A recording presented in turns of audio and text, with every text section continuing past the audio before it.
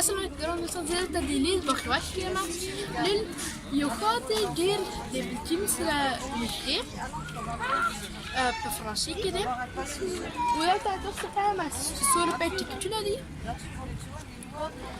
یو ټیکټ اخیسته یو رقم ټیکټ دی د کال لپاره خو هغه د یو سامسنګ د 12 کال نه جګ وي که نه خو هغو لپاره 14 یورو او هغه څنګه د 18 کال نه ټیټ وي په عمرې بیا هغه 8 یورو د یو کال لپاره خو داسې کولی شئ یو فامیل ټیکټ واخلې خو 12 یورو هغه د دوه غټو خلکو لپاره او د 3 ماشومانو لپاره دی او خو بیا داسې کولی شئ د یو ورځ لپاره تونه واخلې بیا د یو غټ نفر لپاره 4 یورو او د ماشوم لپاره 2 یورو خو څنګه یو ګروپ کې د 8 نفرو بیا که لوکوټینګ درکوي بیا درته د غټو خلکو 3 یورو او د ماشومانو 1.5 یورو